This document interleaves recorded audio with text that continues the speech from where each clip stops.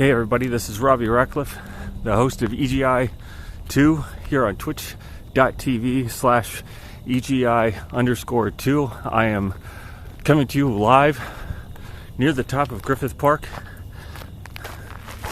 in beautiful Los Angeles, California, and I'm doing something that has never been tried before on EGI2 or any other game review show that I can think of, which is to come at you live from near the top of Griffith Park on a Friday evening. Hey everybody, it's Robbie Rackleff. I'm here. I think that everything was okay.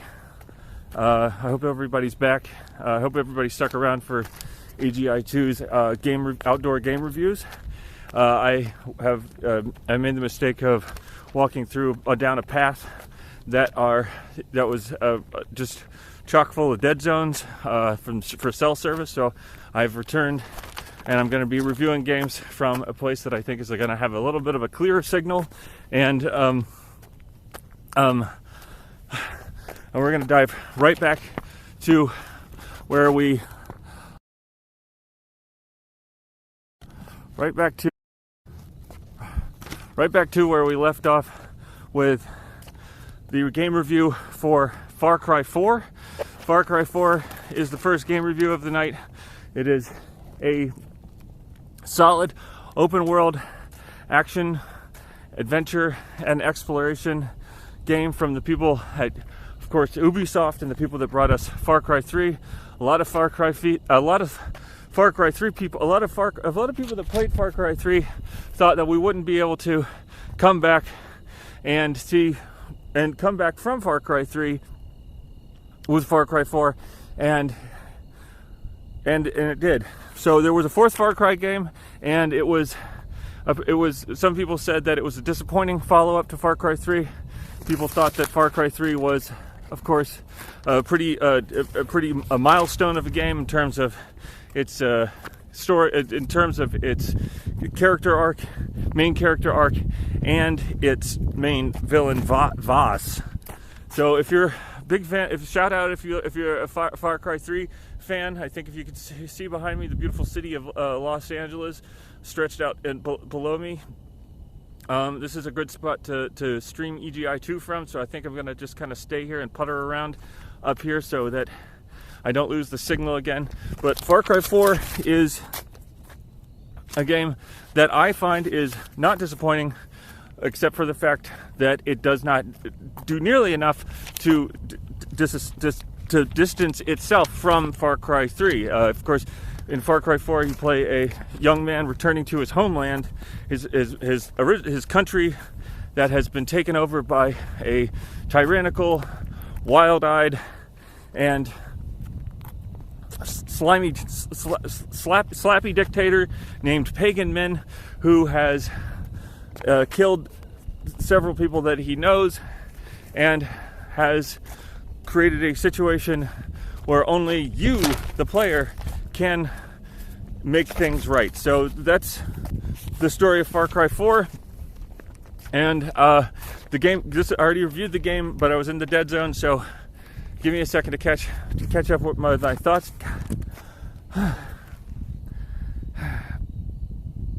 And yeah, so you do a lot of the same things as Far Cry 4, as Far Cry 3. Far Cry 4 does a lot of the same things as Far Cry 3, but it does also, I think, look significantly better. I think that the mountainous region of the fictional country, this is of course a fictional country that is somewhere deep in the Himalayan mountains, somewhere up there between, nestled in a valley in the area around Bhutan and Nepal, or northern India and Pakistan. But the fact of the matter is that I think that the landscape itself is far more engaging than the jungles and beaches of Far Cry 3, and that just could be because of the familiarity of that same setting, because of the original Far Cry game was of course set in a similar island environment to Far Cry 3. And not only was the original Far Cry that, but Far Cry Instincts and Far Cry Instincts Predator, the Xbox exclusive Far Cry games that were less technologically taxing on the original Xbox hardware, but they were also, I think, still fantastic, interesting first-person shooter games from that fantastic time period between 2002 and 2011. So in Far Cry 4, you do a lot of things that you did in Far Cry 3, and you get to also pilot a small gyrocopter, and the gyrocopter, of course, makes the exploration of the open world and the tackling of the many side quests that you can have that much more enjoyable from that vantage point again above these granite jagged snowy peaks of that fictional. If you can remember the fictional country in Far Cry 4, drop it in the name of the chat, and we will we'll give you a shout out. Uncle Fat Train followed me, so let's give a shout out to Uncle Fat Train. And people are saying, Robbie, can you flip over some rocks, please? I can't flip over any rocks because I can't see any rocks. I only see a bit of concrete and then a very steep drop beneath me. And so you kind of imagine that it's kind of like if you were in Far Cry 4 without any kind of flashlight or weapons. It's sort of at the beginning of the Far Cry 4 adventure, and that's kind of where I feel like I may be. Of course, you do see the beautiful city behind me, but it is not accessible to me at this time, since I've crawled up to the top of this grand old vista. So Far Cry 4 gets a solid 7.5 out of 10. Drop in your thoughts in the chat if that's a fair thing, because 7.5 out of 10 of course means that it is a fine game. It's a perfectly above average game, absolutely worth your time, and it only hangs out between that coveted 8 to 9 out of 10 score that because of its, again, so many elements of the game, and so many of its mechanics are, of course, so similar to Far Cry 3. So that sounds very fair. Everyone says, Scampy's Pants says, very fair. Arachnophobia's kid never played that one. We'll check it out. It goes on sale pretty often. I would say that if you're looking at buying it on PC, you can usually get it off of either the Steam store, or if you're into punishing yourself for things that you've never done wrong, then off of the Uplay store. And usually you can get that, pick a Far Cry 4 with all its DLC for around $4.99.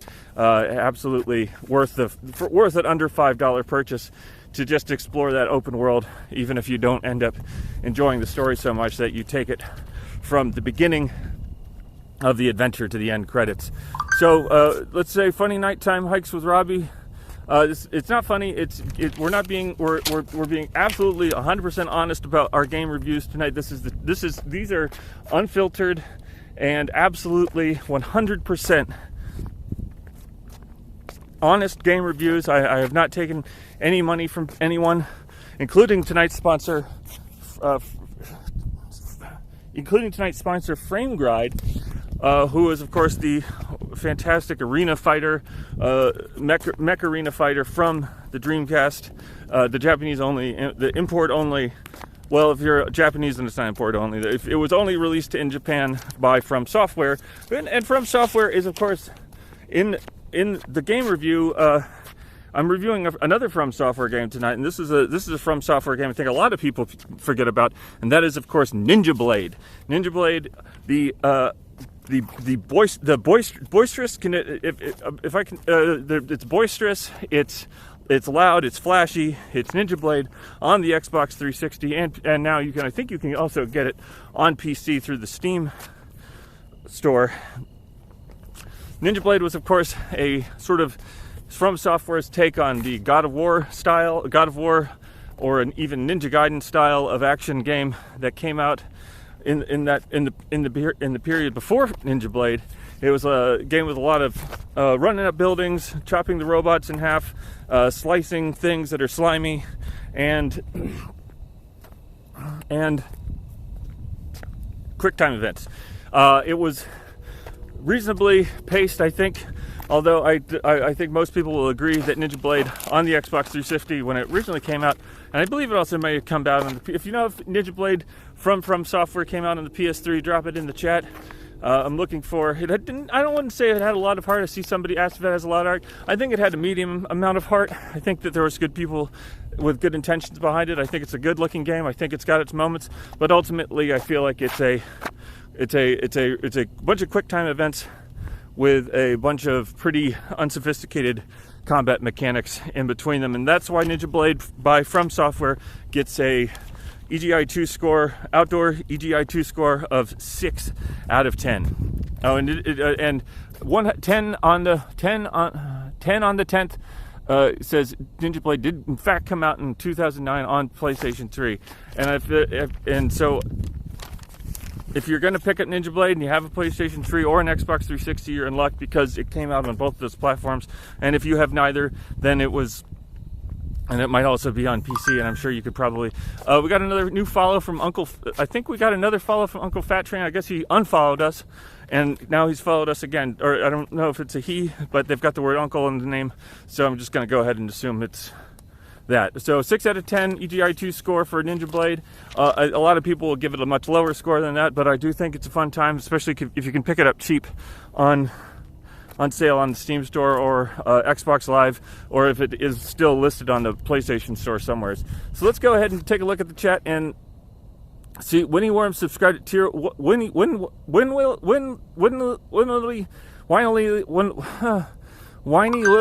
will subscribed to tier 1. Shout out to Winnie, Whitey, Lily, Wormy, and it's a little hard to read the chat because of the reflection on the screen from the red light, but thank you for your subscriptions. Allan Resnick in the chat. Let's say hi to Allan, everybody. Allan, of course, I do think that this is some time that I need to myself, so I really wish that you give me the space that I need. I came up here to think, and that is why I'm doing and what I'm thinking about right now is game review. So if anyone wants me to review a video, if anybody has been thinking that they want me to review a video game outdoors from the top of the mountain, it's not really, I don't think I'm on a mountain yet. I think I'm on a mountain, but I haven't climbed to the top of the mountain yet. Back to you, Robbie, back to you, Allan. Back to you, chat, and if you want me to review something for you, now's the time. So let's drop a game title in the chat, and I'm going to review it outdoors. This has never been done before on EGI2 or any other game reviews channel that I can see, that I can think of. This is not a thinking stream. This is a game reviewing stream, and we are looking for games to review in the chat. So I haven't been thinking yet. I think thinking stream was the last one. Am I not? Jet Force Gemini. I see Jet Force Gemini right there in the chat. So let's go ahead and start up with Jet Force Gemini. We are reviewing games on a 1 to 10 out of 10 point scoring system. And I need to drink some water. It's a little dry up here because we are in fact still in Los Angeles. So the air is not particularly moist, although I do see some fog rolling in. The marine layer is rolling in from the coast, so it's not the driest night that we've ever had, but it is very dry up here in Griffith Park.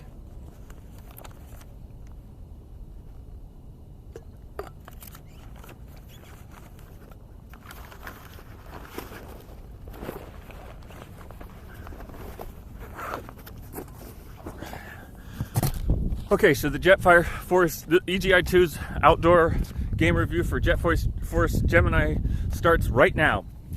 Jet Force Gemini is, of course, recently released on the Nintendo 64 channel for the Switch online premium subscription service that allows you access to Nintendo 64, Game Boy, and Game Boy Advance and Sega Genesis games.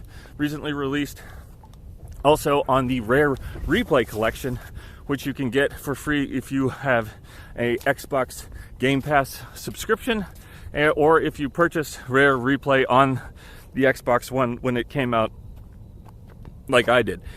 And Jet Force Gemini is, of course, the tale of the Jet Force the Jet Force team, who are a team of plucky youngsters and a dog who are outer space people and look like children, and they go on their and you can take them onto different planets as you save the koala bear people from the termite, or I guess they're kind of like ant people.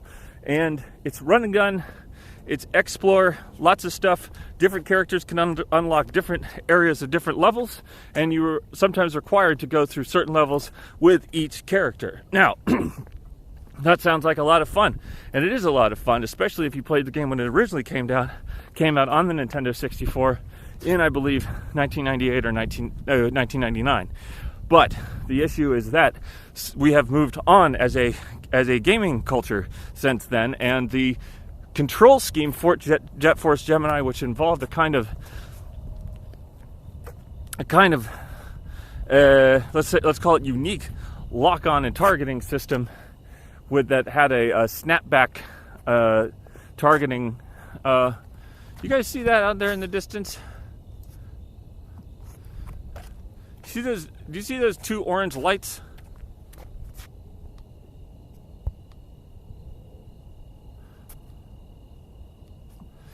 Anyway, the targeting system hasn't aged well, and I think the controls are a bit difficult to get around to. I think that I do believe that the Jet Force Gemini on Rare Replay allowed for a more modernized control scheme, but still felt a little off. And let's just say that the Jet Force Gemini release on the Nintendo 64 online channel, Nintendo Switch online channel, is unfortunately feels like a blast from the past. And so if I were to review Jet Force Gemini in 1998, 1999, whichever it was when it came out, I would say that, or maybe it was 2000. Drop it in the chat if you know if it's 99 or 2000 that Jet Force Gemini came out.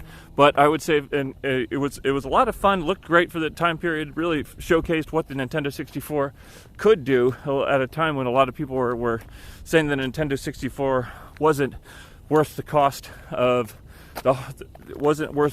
development. Jet Force Gemini from Rare Software proved that a good-looking action-adventure game with a ton of exploration and a ton of color could be brought to the Nintendo 64 without too much compromise. I would have given the Jet Force Gemini of that era a 7.5 out of 10. That's the second 7.5 out of 10 of the evening. First one, of course, going to Far Cry 4. And the recently released Jet Force Gemini for the Switch online service, I unfortunately have to give a 5 out of 10. It's a curiosity. At best, it's tough to go back, but I think the best way that you can play Jet Force Gemini is in the Rare Replay collection, as long as I am correct in thinking that it allows for a more modernized and updated control scheme. So Jet Force Gemini gets, in that regard, I think Jet Force Gemini gets a 7 out of 10. That's less than 7.5 out of 10. But the Jet Force Gemini 4 Rare Replay still feels like a little wonky in my book. I do think that the snapping targeting system is still in use and doesn't work that well. I remember opening up the menu in the Jet Force Gemini 4 Rare Replay and finding some very odd choices from the developers. I think that they probably could have just stuck with a 2-stick solution and everyone would have gone to bed happy and satisfied. So there, EGI2's review of Jet Force Gemini from outdoors, from near the top of Griffith Park in beautiful Los Angeles on a Friday night. Let's see, Robbie, can you recap your 220 Game of the Year awards, please? I would love to do that, but unfortunately, I only printed out the game reviews for this evening. But if I know that Kirby and the Forgotten Kingdom won an award for, and there was a joke that I had made about how the Guardian Heroes weren't in it, and how they weren't in a lot of games in 2022, but the reason that Kirby got the award was because it seemed like they might show up. So next up, let's see, Paperboy on the NES. This is coming from your favorite Ang, ANG. Is that like an acronym? So Paperboy on the Nintendo Entertainment System, coming to you live from Griffith Park. Paperboy is, of course, a classic game where you throw the papers into the mail. Try to get Paperboy up the street. Throw the newspapers into the mailboxes. Try not to throw them into houses, and survive the harsh reality of the of the neighborhood in which you are delivering the newspapers. Come across all sorts of shenanigans like wild dogs and killers, and I want to say puddles and bad roads and sidewalks. So it's an infrastructure. If you're looking for a criticism of crumbling American infrastructure, you look no further than Paperboy on the Nintendo Entertainment System. Now, that's the scope of what Paperboy has to offer in terms of sort of a conceit. But we have to talk about, of course, the gameplay. And I want to go ahead and say that Paperboy is still, it certainly has aged since it came out on the original Nintendo Entertainment System, but it's still a lot of fun to play. I won't say that it deserves more than an 8 out of 10, but let's go ahead and give it at a 6.5 out of 10. It's a perfectly enjoyable game. Not a lot of depth. Levels are pretty similar, and I think that there's some pretty wild difficulty curves. But ultimately, Paperboy on the Nintendo Entertainment System is a lot of fun, and I would love to see some kind of a, if people at Way Forward, the great people at Way Forward that brought us games like Contra 4 were willing to take on the paper. If Contra 4 is, if I'm not going to review Contra 4, but if people want to see Way Forward ever do something like that again, then go ahead and find them on socials, Twitters, or just find their website. And I'm sure there's a person you can email and ask if they would be considering ever resurrecting the Paperboy franchise, in which EGI2 will 100% stand by you if you choose to do that. So that Paperboy gets a 6.5 out of 10, which isn't a bad score. A lot of people see the number 6, they think it's a bad score. It's not a bad score. It's a perfectly fine score for a game that has aged a lot better than a lot of other games of that era. Okay, Robbie, please review Sim Tower. Not going to review Sim Tower. I can't remember. Blast Corps on the end. Just did an N64 game. I just did another. Also did a Nintendo game. Let's do a Sega Genesis game. Or I think I saw somebody somewhere at some point earlier said Jurassic Park Rampage Edition on the Sega Genesis. So let's go ahead and do Jurassic Park Rampage Edition for the Sega Genesis. Now this is a pretty interesting game because there was a whole host of Jurassic Park game sequels that came out around the release of around the imminent release of Jurassic Park: The Lost World, which of course got a lot of its own video game tie-ins. But Jurassic Park, but people still hadn't made the Lost World games did in fact come out on what were then cutting the next gen systems, that's your Sega Saturn and Sony PlayStation.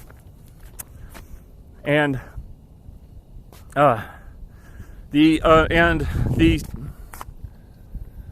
okay, well, I did hear another coyote near me, so I'm going to go ahead and walk a little bit over here, and hopefully the coyote is just kind of dealing with its own business and has nothing to do with me. But Jurassic Park Rampage Edition on the Sega Genesis was its own unique game that followed that refollowed the story, of course, of the main from the original Jurassic Park. So in Jurassic Park Rampage Edition, you go through a lot of similar biomes and levels from the original Jurassic Park game, but with an updated art style, a lot more cartoony of an art style, with a lot of hard black lines coming straight from Blue Sky Software, the good people at Blue Sky Software that brought us such classic games as Vector Man and Vector Man 2. And Jurassic Park Rampage Edition is a faster playing game. The action is more wild. The graphics pop a little bit more. They're a lot more. It's a lot more colorful, and it's a lot more fun, if you ask me. However, it is also still comes at the cost of some fairly clunky. Someone over there. So if you're just joining us again, it is We just gave Jurassic Park Rampage Edition a solid 6 out of 10. And a lot of people might be saying, "Well, that's a lot less than 6 point. That seems like less than what you gave Paperboy in the Nintendo Entertainment System." And that's because the simple and I would say the simple mechanics of Paperboy have aged a lot better than the sometimes unfair play mechanics of Jurassic Park Rampage Edition. So back to you, chat. We haven't reviewed every single game I know that people have asked for, but we're trying to get to as many as we can up here, while as long as we don't walk in on other dead zones. Thank God he can review Mario and Luigi's 12-ounce fits. Says Mario and Luigi Superstar Saga, and I'm going to go ahead and review that. And this is a game that has a great deal of meaning to me, because I am such a big Mario and Luigi fan. I love the franchise. I love the combat. I love the storylines. Mario and Luigi Superstar Saga, of course, originally came out on the Game Boy Advance and was re-released on the 3DS some years later, with I would say updated, nothing particularly updated, but maybe the graphics took a little bit of a tweak, and then with the dual screen, you had some new menu options, I think. But to be completely honest, I didn't play Superstar Saga on the Nintendo 3DS. I only played it on the Game Boy Advance, and for me, that game has aged beautifully, and it's so glad to see it come to the Nintendo Switch Online Game Boy Advance channel, and if you have a subscription to it, you have access to Superstar Saga, and you can play it right now tonight. After I would say, if you have any interest in comical and enjoyable role-playing games starring Mario and Luigi on the Game Boy Advance, then after the stream this evening, once I'm finished with the mountain and the mountain is finished with me, then you should just go ahead and go back to your house and turn on Mario and Luigi Superstar Saga for the Game Boy Advance. I can't tell if that's a different person up here with me than the one I saw earlier, but the fact of the matter is that I'm not alone up here on this mountain, folks. So let's go ahead and check in on the chat and see what people are thinking. Oh, and numerical for Superstar Saga, I'm going to go ahead and give it a solid 8.5 out of 10, and that's the same score I would have given it way back when it came out originally on the Game Boy Advance. So, let's check in on the chat, see what people are saying. Robbie, how are you doing? Uncle Owen Rip says, I want to know how I'm doing. I'm doing pretty good. As you can see, it's a beautiful Friday evening up here in Los Angeles. I am looking out on the skyline. I'm reviewing video games. I'm doing what I love, and I'm making a memory that will last a lifetime, which is that I wanted to there's a lot of things that I wanted to do this evening. Mostly I wanted to review video games, but I also wanted to come up here and ponder the future of EGI 2. And what's a better way to ponder the future of EGI 2 than to strip down the show to its barest element, which is that you have a host, you have video games as the topic, and you have discussion, and to add in the beautiful vistas behind me of Los Angeles on a Friday evening is no greater gift for the soul. And if you are enjoying this, if you're enjoying what I'm doing, if you think that I should be reviewing video games on a mountain on a regular basis, let me know, because I do enjoy doing it. It's good exercise, and I also get to enjoy some of the wildlife of the great city of Los Angeles, the nighttime wildlife of the great city of Los Angeles, which includes coyotes, owls, and potentially larger predators. But there's no more terrifying predator than man. And I've seen at least 3 people that won't look me in the eye. So let's go ahead and check in on the chat and see what people want me to review next. Robbie, have you seen any owls? Yes, I've seen an owl. Show us a coyote. If I see a coyote, I'll point the light at it and you'll see the coyote. What's the highest rated wildlife you've seen? What's the highest rated wildlife you've ever seen? That's actually a good question. Let's take a bit of a deviation from the game reviews to talk about the highest rated wildlife I think I've ever seen. That would probably just be seals. I just really like looking at seals. Giant Citizen Kabuto. Sean Amrod says Giant Citizen Kabuto. Now, Giant Citizen Kabuto was an interesting game from the people at Shiny Entertainment, and of course Dave Perry, and the people behind such wonderful games as Earthworm Jim, Wild 9, Messiah, and the MDK series. But of course, because of a troubled development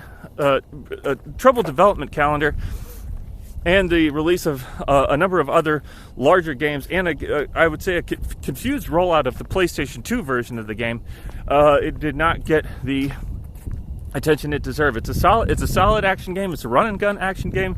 If you can kind of imagine what games like Mutant Chronicles or The Terminator might have evolved into in the sort of like early 2000s.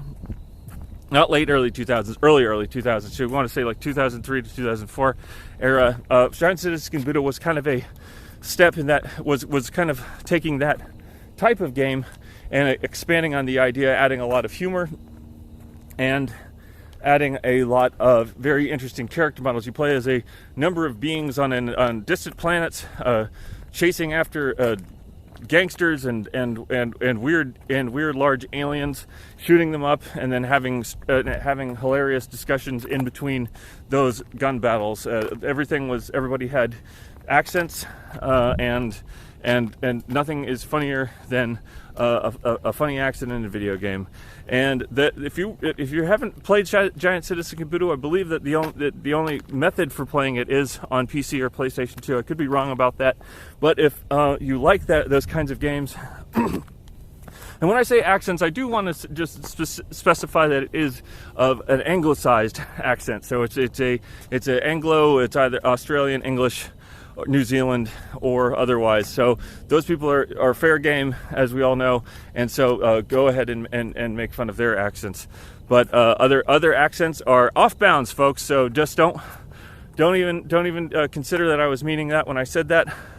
But thinner air up here, and trying to walk back perhaps problematic comments from earlier. But I do want to say that when I said accents, I was referring to English accents. So English accents are funny, and they will never stop being funny. And if you like Giant Citizen Kabuto, and you wonder if there was any other games like that, I would say check out Armed and Dangerous on the Xbox. And I do think that you can still buy Armed and Dangerous for the Xbox and PC on current Storm pages. GoldenEye 007. I'm not going to review GoldenEye 007 because I feel like it's an obvious parallel to the review of Jet Force Gemini, which is that great game when it came out. There's a better version, there's a more modern, better version of it on Xbox, and then on the Switch, there's a janky, weird control version that just didn't age well. So not really not necessarily saying anything bad about GoldenEye, but I will say that if you're looking for good GoldenEye action, you might as well just go ahead and find GoldenEye for the Nintendo Wii. The GoldenEye game for the Nintendo Wii was a point in the Wii remote at this TV, walk around, shoot at the things, and play through the storyline of that classic James Bond story from the comfort of your Nintendo Wii. And I think if you're going to be playing GoldenEye, GoldenEye on a Nintendo console anytime soon, give that your time rather than going back to the very old GoldenEye. Keep your memories. Your memories are valid. There's nothing wrong with those. But the fact of the matter is that the original GoldenEye is just a mess to play after so many years of the two-stick control scheme that we now enjoy for first-person shooters. Mutant League Football review. Mutant League Football is, of course, the Sega Genesis game from the good people at EA, where you knocked people's heads off and you rolled them around and you ran. It was a football game, but you killed people, and that solid. I would say, without going into too much detail, because I do need to take a quick water break, it gives at least a solid 7 out of 10.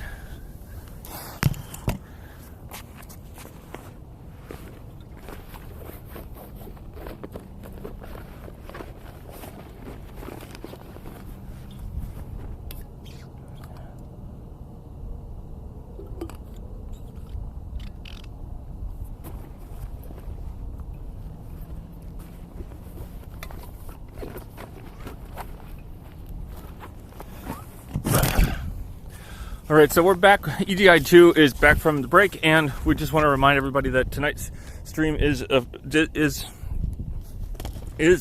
sponsored by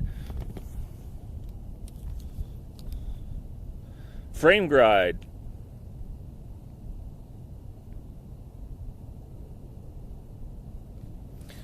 So if you have, so it looks like there might be it looks like there was a poll about if you have interest in comical role-playing games with Mario and Luigi poll. Robbie, I will give 1,000. Gun Pixies review, not happening. That's off limits. It's not the kind of game we review on EGI 2, especially not on a beautiful evening on the mountain. Is Allan going to Blair Witch the stream? No, Allan is not going to Blair Witch the stream because I didn't tell Allan where I was going to be. Allan is not allowed. This is a solo journey. This is a journey of the mind and the soul, and this is also a game. This is specifically for game reviews that we don't get around to on EGI 2, and we want to make sure that we have time to review them for people that are interested in game reviews that are done outdoors, that we have a specific thing and that we don't have to worry about Allan trying to get rid of sexual candle holders. So hi Allan, if you're in the chat, just sound off and tell everybody that it is true that I asked you not to be on the stream this evening because I needed the time to myself to do game reviews outside. Great, thanks Allan. So back to you. I don't know what that. Okay, so Pikmin 2, Joe Botnick wants to see a review of Pikmin 2 here on EGI 2, coming to you live from Griffith Park in the middle of beautiful Los Angeles, California at night. So on Friday night. So Pikmin 2, a lot of people say that Pikmin 2 is streamlines a lot of the play mechanics of the first Pikmin game, but I gotta say I think that the what really stands out to me about Pikmin 2 is... I got something in my eye.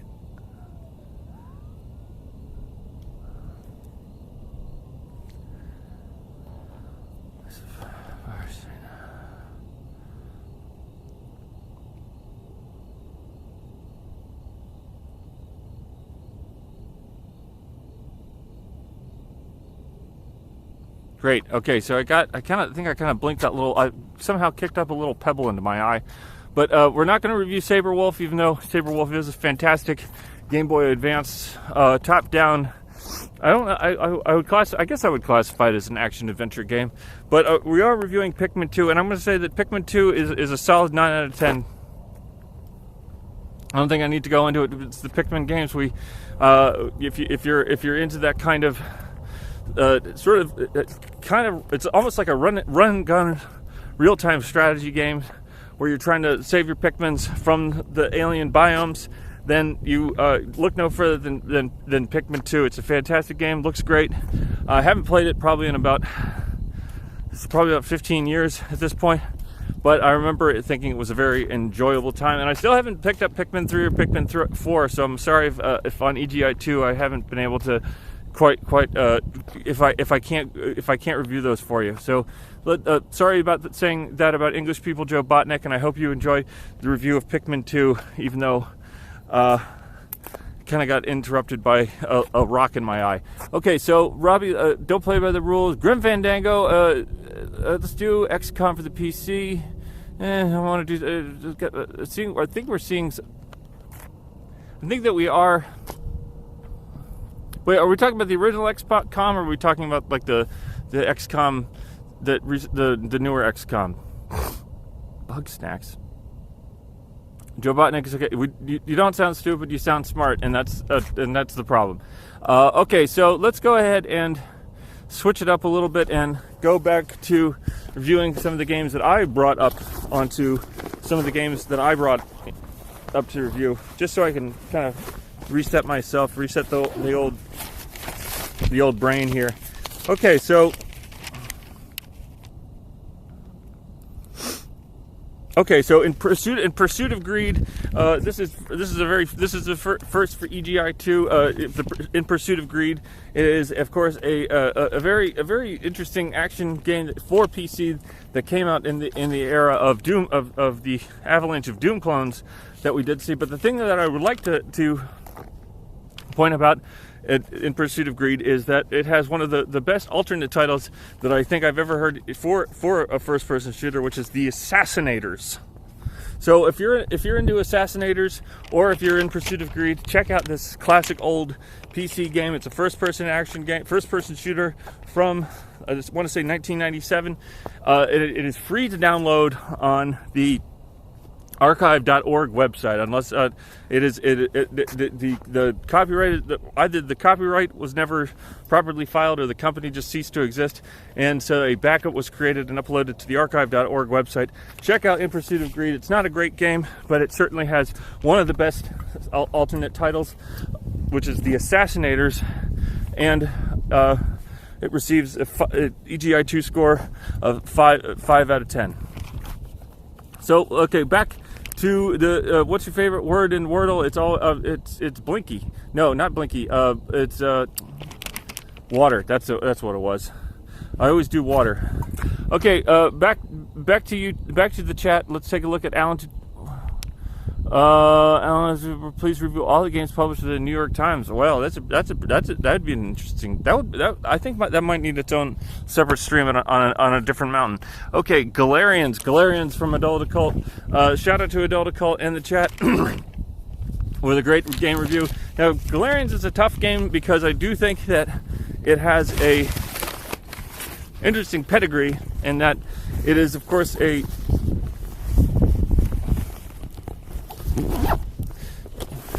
is an action horror game in the vein of Japanese science fiction movies such as Akira that sort of blend aspects of horror and science fiction together. Now, Galarians of Ash is, of course, a kid wakes up in a kind of one of those kind of kid explodes heads kind of games, and it's a little janky, and it's graphics haven't aged terribly, but it's certainly worth a look to see what other people were thinking that they could do with the survival horror, with the kind of survival horror genre as it was finding its footing in that early period around the original Resident Evil and Silent Hill games. There's several other Galarians games, I believe, Galarians Ash, and there might have been a Galarians 3. If you're sounding Adult Occult, if you're in the chat, and if you're a Galarians fan, you probably know if there is a third Galarians game. But I would say that Galarians, without going into a lot of detail, because it has been a great deal of time has passed, I will say that Galarians gets probably somewhere between a 5.5 and a 6 out of 10. It stays above average for me because it has such a unique perspective on the action horror genre, along similar lines as something like Parasite Eve or Dino Crisis. Linda Cubed, I don't know, mosquito. No, no mosquito. Joseph says, are there mosquitoes out there? There are no mosquitoes out here. There is a very nice, warm, moist breeze coming in from the ocean that I can feel at this moment here on EGI2. And there, if you can see there, it's beautiful downtown Los Angeles on a Friday night. The whole city looks like a big Christmas tree. So if you're into Christmas, then this looks like a Christmas tree to me. All right, so the Dino Crisis mention, yes, I did mention Dino Crisis. Shout out to Vague Plague for mentioning that I mentioned Dino Crisis, and want to say that Dino Crisis was Dino Crisis on? Let me get the bag out. Dino Crisis is an interesting game. Dino Crisis 2. So Dino Crisis 2 is, of course, one of the games that I actually brought up to the mountain to review this evening on EGI2 Outdoor Game Reviews. Which only 2 Galarian games. Thanks, one review. Adult Occult. Oh, so there were only 2 Galarian games. I could have sworn there was Galarians 3, but thanks. I'm glad you enjoyed the review, Adult Occult. I'm sorry I couldn't go more into how you properly save your game in Galarians, but it has been quite a while. But if you're interested in seeing how where the survival horror genre that exists today, with all of its, I would say with the bouquet of experiences that you can possibly have in a survival horror game. It didn't used to always be that way. It was a lot of plucky people trying different things and taking a lot of chances, and I think that there's no better example of that than the Galarians game. And I think that there could be a better example than Galarians, which I think is Dino Crisis 2. Now, Dino Crisis 2 takes a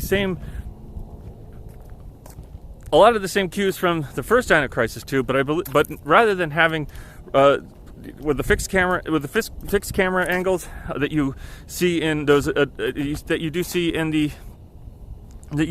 in those Capcom survival horror, those early Capcom survival horror games, but Dino Crisis 2 brings back in a lot of the pre-rendered backdrops rather than sticking with the real-time engine backdrops, and so you get a lot more color in Dino Crisis 2 than you got in the original Dino Crisis. And you also get something very interesting to me, which is that you get a combat system that in many ways is very similar to the combat system that would come to us from the Devil May Cry games on the PlayStation when they originally started popping out on the PlayStation 2.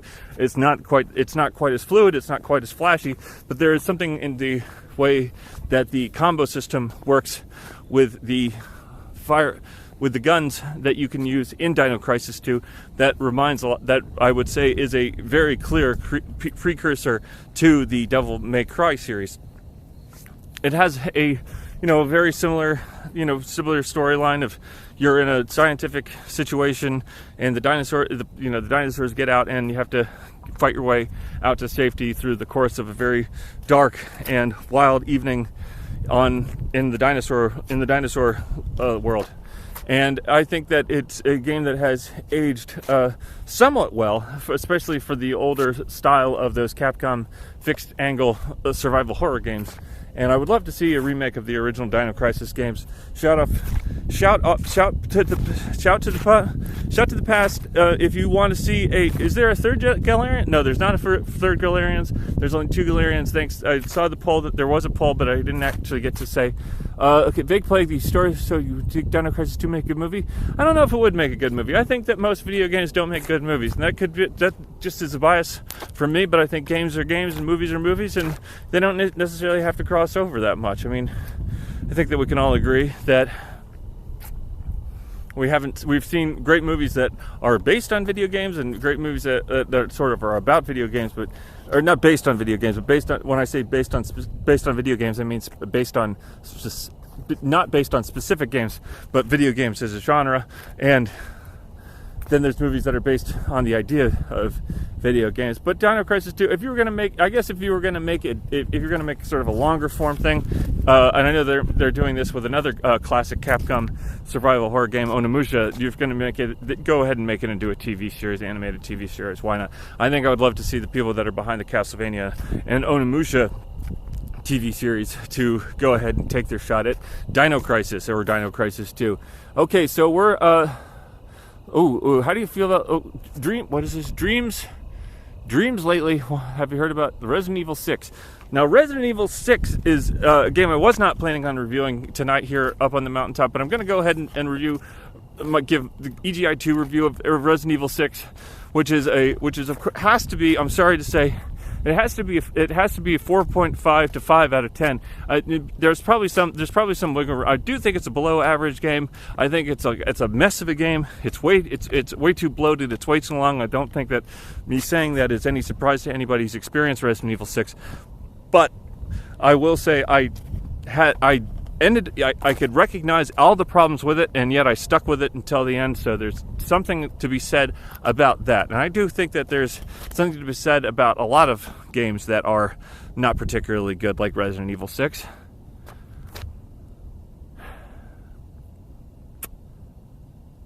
And there, I said it. Okay, so that's between 4.5 and 5 out of 10 10 score for Resident Evil 6. Let's go ahead and look at the review. Scathing review. It wasn't a scathing. I wouldn't say it was a scathing review. I would say it was a middle. It's a middling score for a for a game that doesn't deserve better, but I also will point out that I did play Resident Evil 6 from beginning to end. Silent Hill Homecoming, now that's a game I haven't thought about in a long time, and I want to go ahead and give that a 6 out of 10. And I'm going to just come out right at the gate with that 6 out of 10 because I do think that Silent Hill Homecoming has a lot going for it. I do appreciate, even though I don't think it ended up panning out that well, how the collective, which is of course the people, the developers behind Silent Hill Homecoming, the collective who are responsible for such games as Buffy the Vampire Slayer and Indiana Jones, and there was an Indiana Jones game on the Xbox that they also made. I can't remember the Indiana Jones game off the top of my head, but they did. I think that they took that what they had learned from creating decent 3D combo action games on the Xbox and try to bring it into the Silent Hill combat system, which never, of course, has had much of a combat system that is worth really exploring, because that's obviously not the point of a Silent Hill game. But I thought it was a interesting it was interesting enough where I felt like I could engage with the combat without really ruining my experience of the story. The story is, of course, a little bit of the classic thing of Silent Hill games that have come out since Silent Hill 2, 3, and The Room, and 4. And that is to say that they take elements of the simple, they take the visual elements and a little bit of the surface. I would say some of the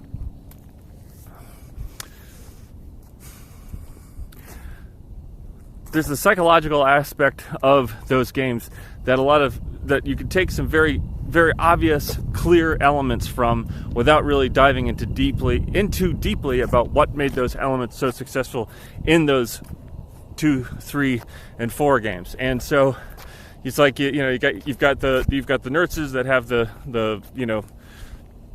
cowrie shell faces, and then you have the all the other kind of weird wiggly bodies, and but you don't have a lot of the same, and you have some elements of the guilt in those Silent Hill games that comes across, but it doesn't quite feel like they've really thought it through. It just feels more of a facsimile of a more thoughtful narrative. And if you really want to look at, if you're in terms of the westernized Silent Hill games, I think that you can't go. There's nothing better than Silent Hill Homecoming on the Nintendo Wii. And this, of course, shout out to the second. This is a shout out to the second. The second shout out to Nintendo GoldenEye and on the Nintendo Wii, and Silent Hill Homecoming. Not Silent Hill Homecoming. What did I say?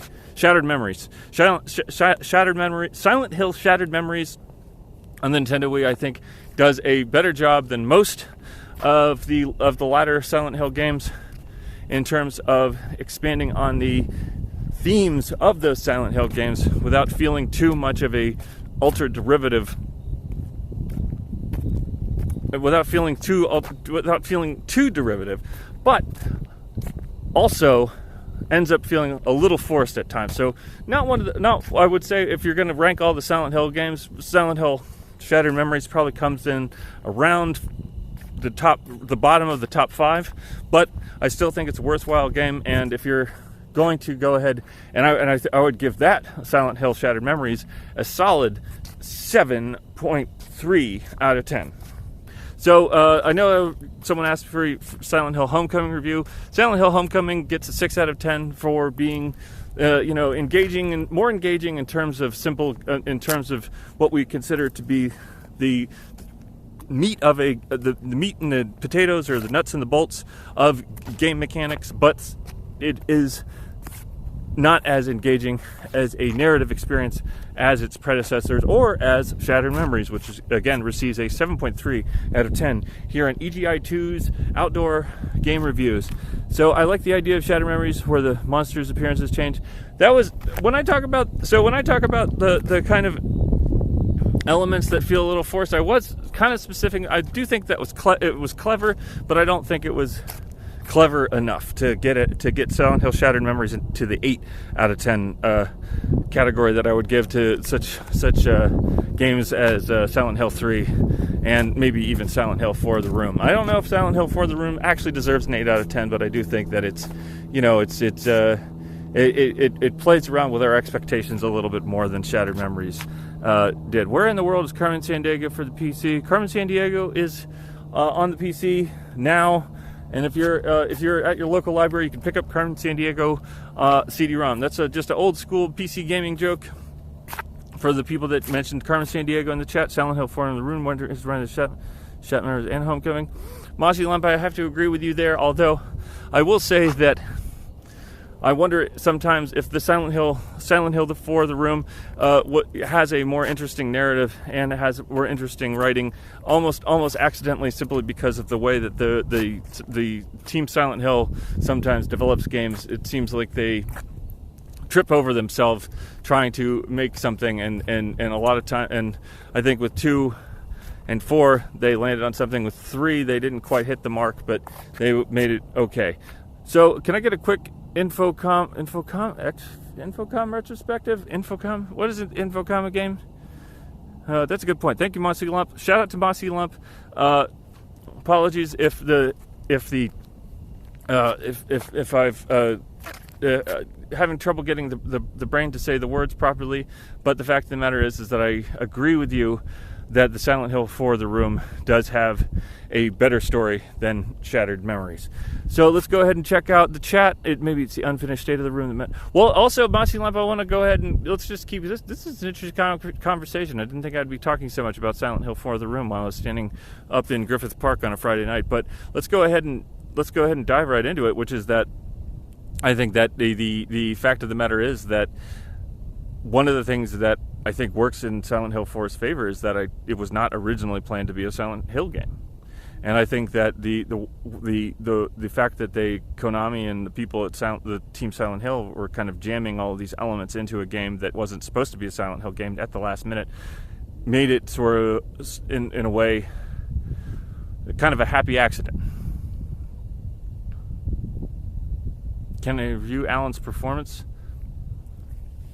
Allan's performance. Scott from Pittsburgh would like to know if I can review Allan's performance. I'm not sure if you would, if you're meaning Allan's performance as a person who works on EGI 2 or something else. Fun fact: there's a town close to. Yes, of course, that is the town that is the underground fire that's still going, and that I believe that was when they made the Silent Hill movie. Which, of course, was another good example of a game movie, direct game to movie tie-in. Didn't quite pan out quite as well as it could, but I will say that it at least had an interesting element, and I did watch it more than once, even though I didn't think it was a great movie. Okay, so Centralia. Oh yeah, Centralia. That's the town that has. There's a fire underground that's been burning for like 40 years. Okay, so let's go ahead and dive right back into the game reviews. I'll go ahead and kick us off again with another game review, straight from the backpack. So this is again, if you're just joining us, this is EGI 2 review. I'm reviewing games from outdoors. It's a beautiful Friday night in Los Angeles, California, and near the top of the mountain in Griffith Park. I was not able to get as high as I had hoped, because in hiking through the park at night, I did find that I was running into a lot of dead zones for cell service and was losing the stream. So we're gonna just keep at this. We have this lovely kind of a landing here. I don't know if you can see that I'm on a kind of a concrete landing on a cliff's edge overlooking the city. Taking a quick swig of water. And okay, so I'm seeing, I don't know if this was a request for Splinter Cell, a Splinter Cell review in the chat, but I just saw the word Splinter Cell, so I'm going to go ahead and review Splinter Cell. Splinter Cell is one of those games that I think has aged remarkably well in terms of its gameplay. I still think that probably the first Splinter Cell hasn't aged quite as good as Splinter Cell 2 or Splinter Cell 3, but if you were to ask for a numerical if you were going to ask for a numerical score out of 10 for the first Splinter Cell, I'd say you still get a solid 7 out of 10 for Splinter Cell, the original Splinter Cell on Xbox and PC. But has Ubisoft? I don't know. Probably there's how many? What was the last Splinter Cell game? Conviction? That was like a 6 out of 10 game.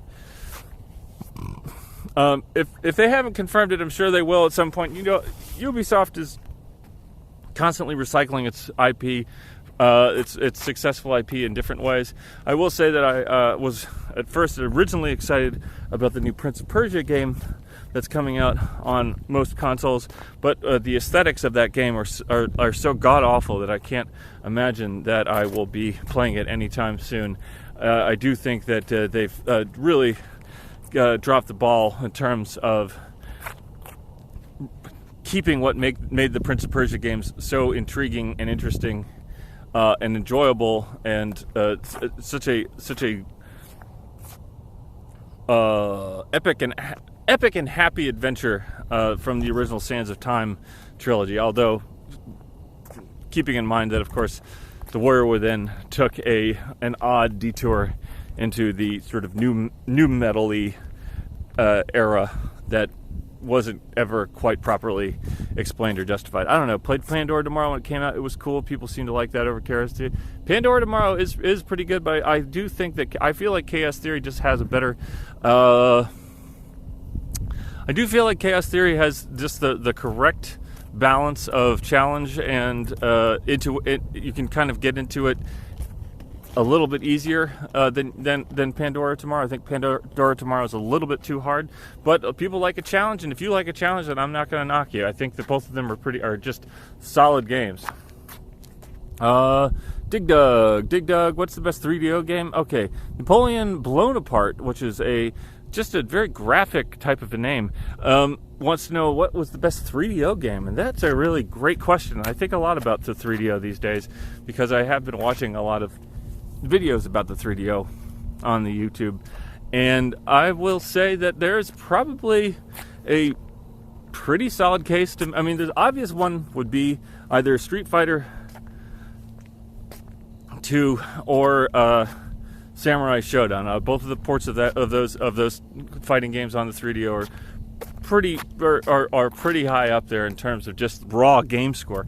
But if you were going to ask me about games that I think kind of are the best 3DO game simply because they are a exploration of what the 3DO was capable of and what the 3DO meant as a system and as a sort of bridge system between the 16 and 32-bit era of gaming, I would say that you have you got to go with. Oh man, that's a tough one. You know, I want to say Blade Force, and I also want to say Killing Time. But you know, I deep down inside of me, just because I think that those games are such interesting explorations of their respective genres, or you know, or budding genres. If they were in Blade Force's, I think it was Blade Force. Man.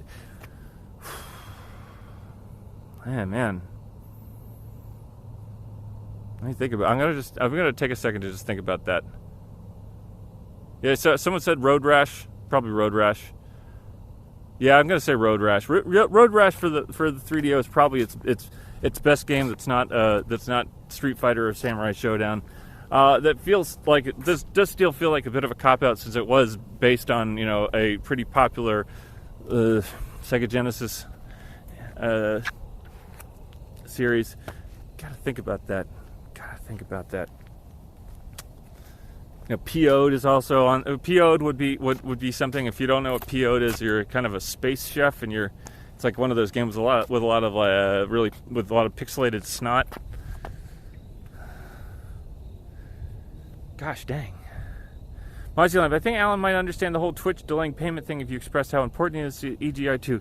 Thank you for that thought, Mozzie Lump, but I am currently trying to think about what is the best 3DO game on EGI2 outdoor game reviews. And I gotta say that it's not jumping right out at me. Cannon Fodder, I believe Cannon Fodder. It's not Cannon Fodder. Is it Total Carnage? Kingdom Flight 12 cards. There's the Space Shooter, Off-World Interceptor. I don't know. You know, if I... And this might be unintentional on your part, Mossy Lump, but I'm going to go ahead and make a note of it, which is that we do have Allan on EGI2 for a very specific reason, because Allan is the EGI2's special correspondent, and he brings in valuable analysis and fact-finding and on-the-street reporting that for EGI2 that we can't get anywhere else. And when you're out here alone on your own at night in the dark, trying to remember the best 3DO game for EGI2,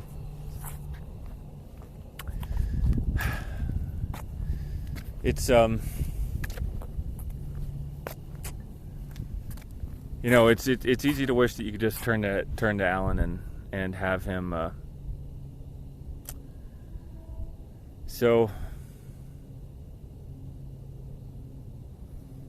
yeah, I have some regrets.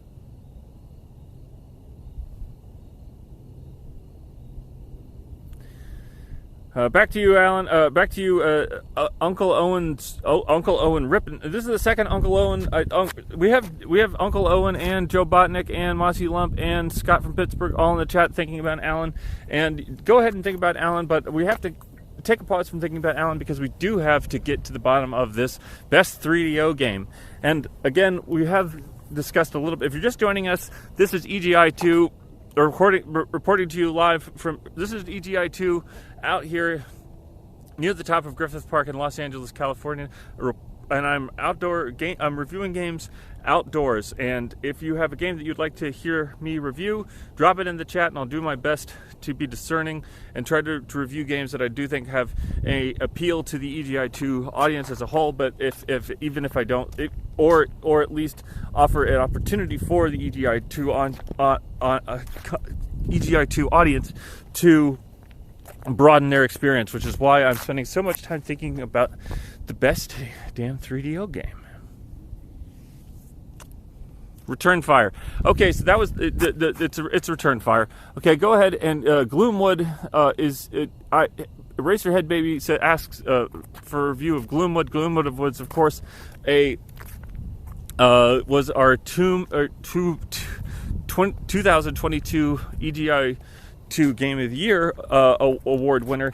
It is a throwback to the old semi-open world style of games like Thief and Thief 2, The Dark Age. If you're a big fan of those, if you're a big fan of the original Thief games, or if you're a fan of the newer Dishonored games from the wonderful but currently troubled studio Arcane, who have released one of the, I think we could easily say here on EGI2 at the top of Griffith Park is one of 2023's biggest disasters, which is Redfall.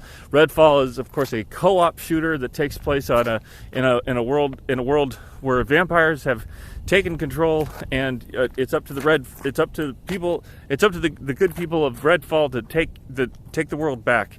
Unfortunately, I don't think anybody will be doing it anytime soon until they fix Redfall. But in terms of Gloomwood, if you're a big fan of stealthy, semi-open world action games, then you can't do worse than Gloomwood. Gloomwood, of course, comes to us from some of the people that worked on the retro shooter Dusk, which I believe is one of the best reviewed and, in my opinion, most fun retro style shooters that have come out in recent years. If not the sort of quintessential one that is a new IP rather than a regurgitation of an old IP.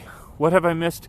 EGI2 Watcher, what have I missed? Well, you missed reviews by EGI2 from the top of the mountains in Griffith Park, or near the top of the mountains in Griffith Park, but I was unfortunately not able to get much higher because of the dead zones when you go in between some of the rocks and some of the passes that you need to get up onto some of the higher peaks of the Santa Monica Mountains.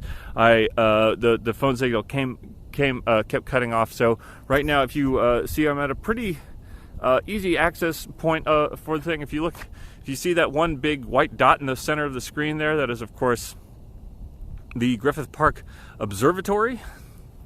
And if you've seen movies that take place in Los Angeles where people are excitedly exploring the city for the first time and taking pictures of themselves and kissing each other deeply, then a good chance that part of that movie takes place at the Griffith Park Observatory. But I'm not kissing anybody, and I'm not taking any pictures.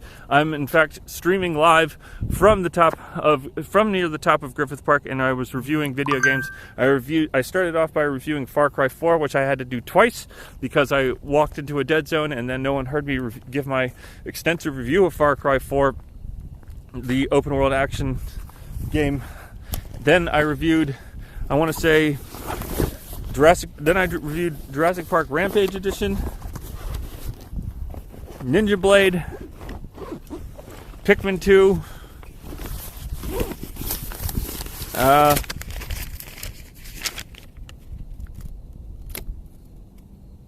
In Pursuit of Greed or Assassinators,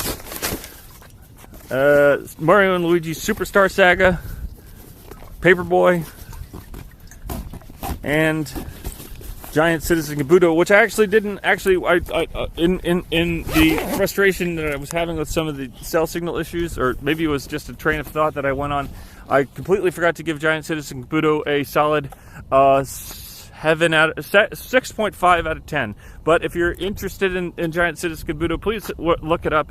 If you're interested in any kind of those Dave Perry or Shiny Entertainment games from that period of that sort of bridge period between the 20th and the 21st century, then Giant Citizen Kabuto is absolutely worth your time. And if you are interested in if you like that game and you want to keep exploring a little bit more, then go ahead and check out Armed and Dangerous, which I believe was one of the first Xbox games to have a true widescreen mode, and I mean widescreen. I think it was I believe that you had an option for a 16.9 aspect ratio in Armed and Dangerous, and it was a funny game. It was not only was it a lot of fun to play, but it was a lot of fun to watch, and the humor was fairly spot on for a game of that time. So let's go ahead and check out the chat.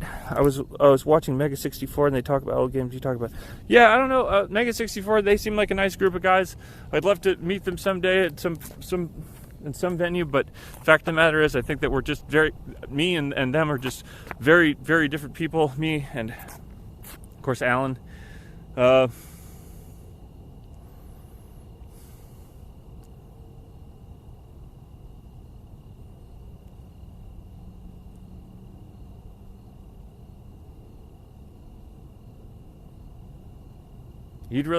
think he really would like it out here. Okay, so let's say that I see somebody in the chat was asking if the Jurassic Park. Let's see if I can scroll down a little bit. Oh, we're the Scampy Pant. Am I still on? Sound off in the chat if you can see me right now.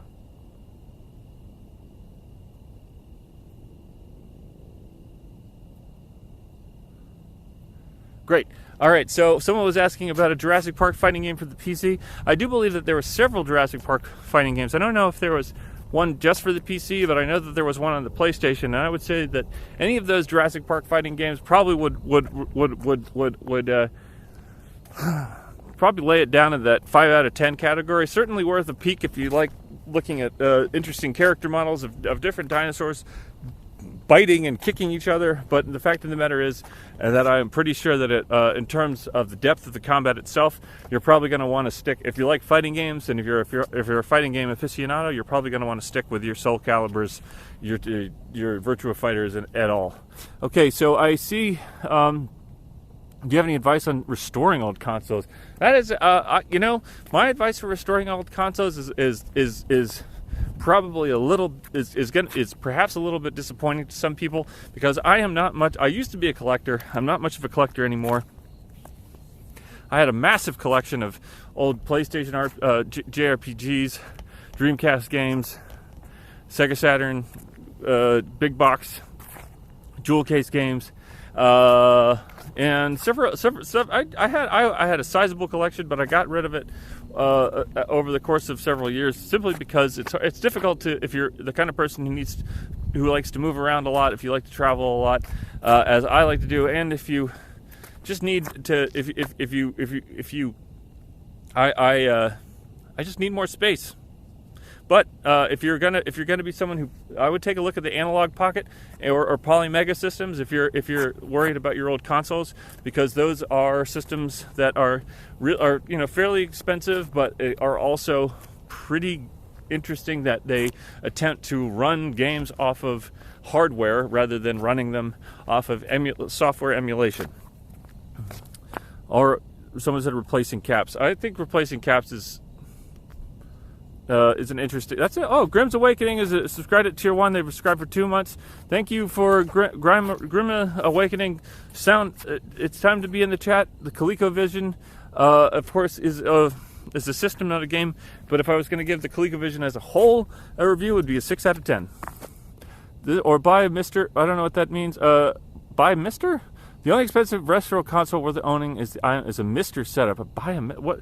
Someone explain to me what that is, because this might be a lingo that I'm not quite not quite dry up here. Dry up here on these hills. That's what they say. They would say up on the if out in these hills, it's an FPGA. Oh, I see. Intellivision is better than ColecoVision. Yeah, I guess so. I mean, I played a television collection recently that I thought was pretty good. It's always tough to go back to those older games, but I would say that, yeah, I had a little bit more fun with those in television games than I thought I was going to. So I'm going to go ahead and take, that's, of course, coming at you from EGI2 Watcher, and television is better than ColecoVision. I'm going to have to just go ahead and accept that is the truth from you. And, Machinarium. Oh, Machinarium is this is a great game to review, because I think that this is one of those games that it's just one of those games that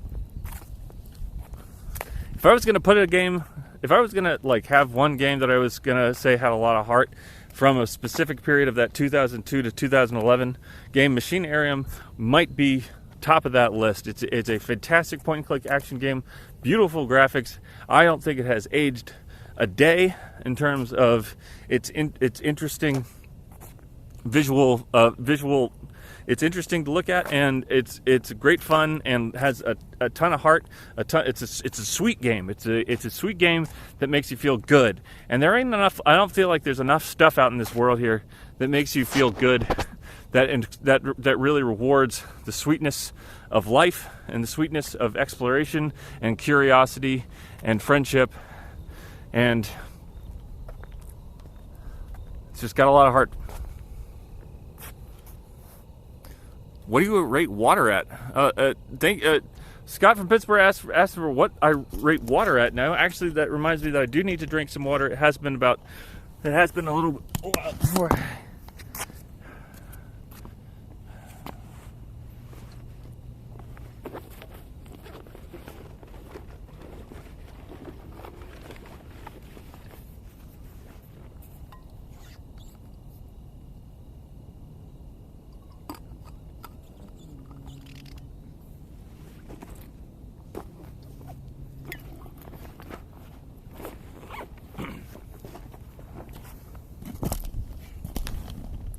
Coming to the end of my water bottle here, so I'm a little bit concerned because I wanted to keep a decent amount of water in the bottle. It's a metal bottle. I figured if I had a little bit of weight in it, I needed to attack something, or needed to defend myself against some sort of wild animal, that I could bonk him in the head with a slightly heavy bottle of water, metal bottle of water, and scare the bejesus out of them. But unfortunately, I seem to have drank all the water because it's dry up in these hills, folks. So let's go ahead and take a look at the chat, what people say. It's metal. It does have a metallic taste. I mean, it's an aluminum bottle or stainless steel. Okay, so I love a good bonk. Bonk. Now there's a good game. Then that is a good game to review. Bonk, of course, is the classic action jump around, bite things on the head platformer of the TurboGrafx 16, and I think was at least for a period in competition with Keith's Courage as the proper mascot for the NEC TurboGrafx 16, or of course PC Engine, for those of you that may have experienced that system in that as that. Bonk's Adventure, Bonk gets a 7 out of 10. Let's go ahead, Uncle Revengeance, Metal Gear Solid Revengeance, Metal Gear Rising Revengeance. Metal Gear Rising Revengeance, of course, gets a good 7.5 out of 10. I don't think I need to go into much explanation about why. It's a fantastic action game for the people of Platinum Games, and I think the only reason it doesn't get a solid 8 out of 10 is because I think the control can be a little is a bit iffy, and when you're dealing with a game like that, you want the controls to be as perfect as they possibly can be. But the fact of the matter is that at times it does feel like we are dealing with we're kind of fighting against our own expectations for the controls. They play Ghost Trick Phantom Detectives is a wonderful game that has not aged a day. If you ask me on EGI2 outdoor game reviews, that if we were to go back and say, is a Ghost Trip Phantom Detective a game that you should still check out, even though it's been some years since it came out on the Nintendo DS? Well, it's been released on several other platforms since then, including the iOS and I believe Android as well. And now it's on Nintendo Switch. It's a great game, a lot of funny moments, a lot of interesting game mechanics, and certainly a great deal of style that I would recommend anybody who's interested in mystery solving. If you love those old DS adventure games, like hotel room games, or I can't remember if it's 999 or 777. But if you know what I'm talking. If you know, then you know, and if you don't know, then check out Ghost Trick Phantom Detective on the Nintendo Switch, formerly on the Nintendo DS. It is $9.99. Thank you so much, Vig. Or Horn. Can you read that? Headburn Hotel Dusk. Fear and Hunger. I don't know what that means. I want to say that I keep seeing people from a distance, and for a while they kept their distance from me, but then they started to get a little bit closer. So I'm going to go ahead and keep trying to keep the distance significant. So shout out in the chat if you want me to review anything else. We got about 20 more minutes left in the stream, and I want to say, Professor Layton Professor Layton is fantastic. And Phantom Trick Ghost Detective, 8.5 out of 10.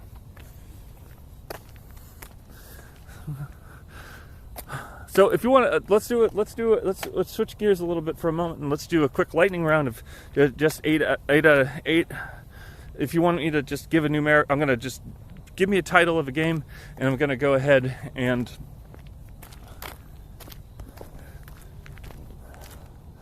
let's just go ahead and give me a title, and I'll give you a number out of 10.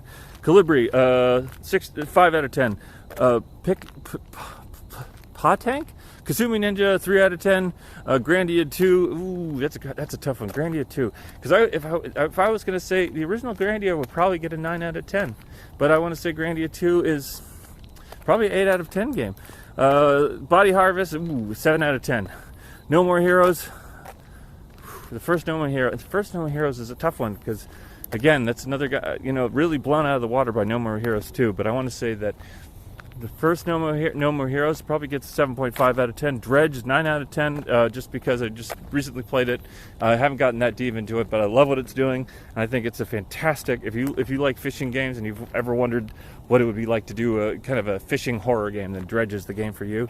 Abe Escape, the original Abe Escape, probably 7 out of 10. Zelda Oracle of Ages and Seasons are both 8 out of 10 games.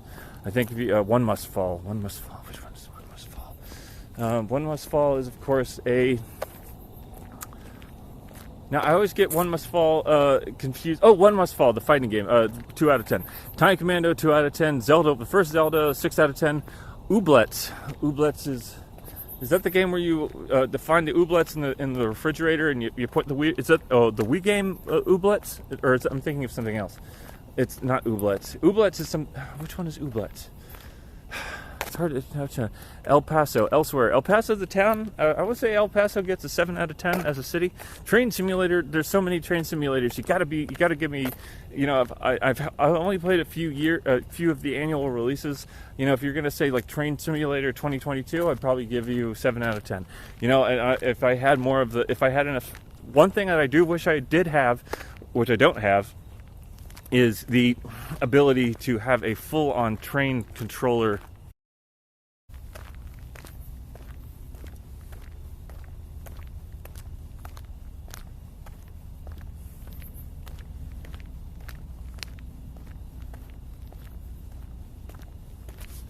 Can you guys hear me?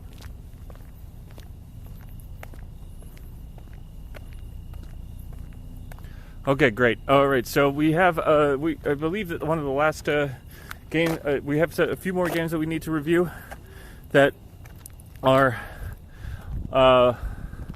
we're still doing we're in the final stretch of the stream. We're just going to be doing giving out quick numerical reviews, 4 games. Planescape Torment, 8.5 out of 10. It's hard to really rate those great epic CRPGs from that era because they are so vast and they are so complex and have so many systems, and it's difficult to say that when how much you've actually been able to play a game like Planescape Torment. But I would say 8.5 out of 10 for Planescape Torment, 7.5 out of 10 for Icewind Dale, probably about the same for Icewind Dale 2, and for the original Baldur's Gate games are probably, but somewhere between 8.2 and 8.5 out of 10. Space Dude, I don't know, Space Dude? Is that like Space Ace, Space Dude?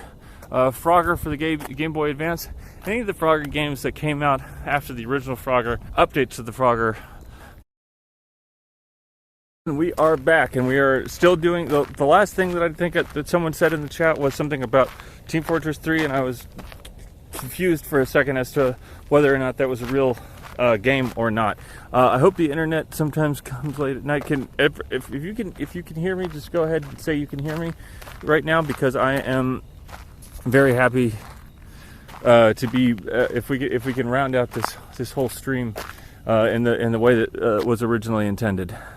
I can hear Steendelia is here in the chat with yes. Okay, so we are back. So we're back for a moment, and we are going to continue on our attempt to review as many games as possible from the top of Griffith Park on Friday night, and we are going ahead and giving Team Fortress 9 out of 10. Even though, again, I will say that I'm not a big Team Fortress person. I'm not a big multiplayer shooter person, but I do respect when it's done right, and Team Fortress 2 has done it right for so long, and doesn't seem to be backing down from its quality anytime soon. Stonekeep, probably 6 out of 10. Let's go ahead and say no, Stonekeep I would give it 5 out of 10. Sorry if you're a big Stonekeep fan. I put Stonekeep and stuff like Shadowgate into that same kind of, like, you know, I enjoyed the breadth of the I enjoyed the breadth of the story. I enjoyed the possibility of exploration. I enjoy the combat somewhat. It's not particularly a bad game, but it also doesn't quite do enough for me. Darkwood is I haven't played Darkwood, but I'm going to go ahead and assume that it's a 7 out of 10 game. Electro Man, is that a real name? I feel at some point people are definitely Night in the Woods. Oh, Night in the Woods is definitely I would say Night in the Woods 8.5 out of 10. Super Meat Boy 9 out of 10. Cool spot for the SNES. Probably 6 out of 10. 7 out of 10 for the Genesis one. Vector Man 7.5 out of 10, but Vector Man 2 gets an 8 out of 10. Easy, because I do think Vector Man 2 is an often overlooked late Genesis release. What the fuck was that?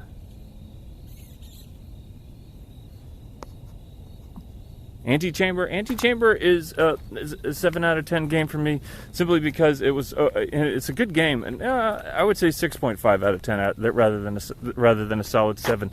But it's still a fun game, but definitely overshadowed by some of the other first person puzzle games that came out around that time, especially overshadowed by its cousin Portal. But I think Antechamber 2 is a more solid, probably 7.2 to 7.3 out of 10.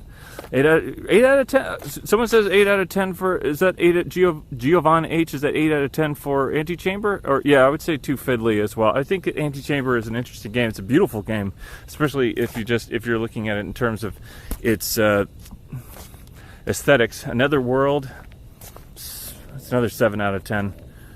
I would say some people say 8 out of 10 for Another World and Out of This World, but I gotta stick with my guns here. 7 out of 10, maybe even going into the 6.8 out of 10. Oh, Earthbound, 8 out of 10. Pokemon XD Gale of Darkness. Oh, you mean Veil of Darkness is a 5 out of 10 game, even though it's one of the first CRPGs I ever played. Really scared the bejesus out of me, but ultimately I think that it's not a particularly good game, and I might even go as low as a 4 out of 10 for Veil of Darkness. Different World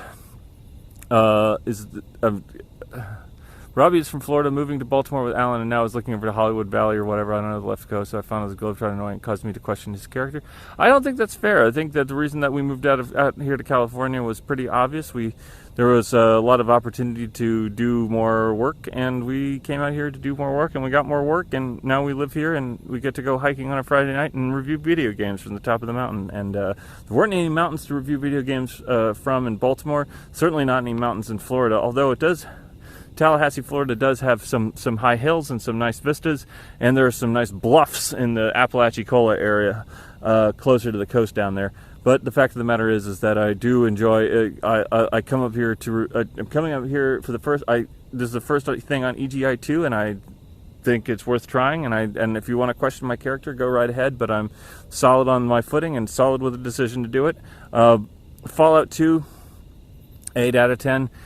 Star Fox Command is Star Fox Command is a solid 8.5 out of 10, and people overlook Star Fox Command because it had a weird fiddly DS control scheme. But the fact of the matter is that it is a fantastic Star Fox game, and I think the only real worthwhile Star Fox game since Star Fox 64, and honestly since there hasn't been one after it that has quite matched its ability to entertain and to offer a strategic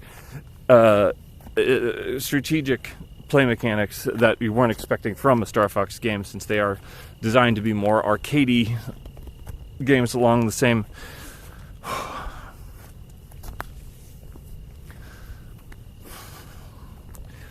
okay. All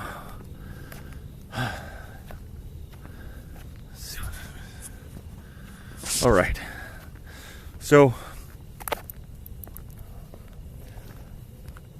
I don't know what just happened, but I think I may have hit my limit here this evening, folks. I don't know if it was just a discussion of Star Fox Command or the questioning of my character, which is allowable. I won't silence anybody who wishes to question my character.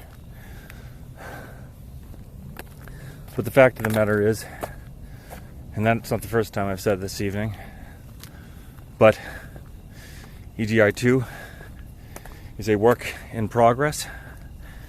It is a mission of mine to push as many buttons as I can on this platform until I either find the correct formula and the correct sequence,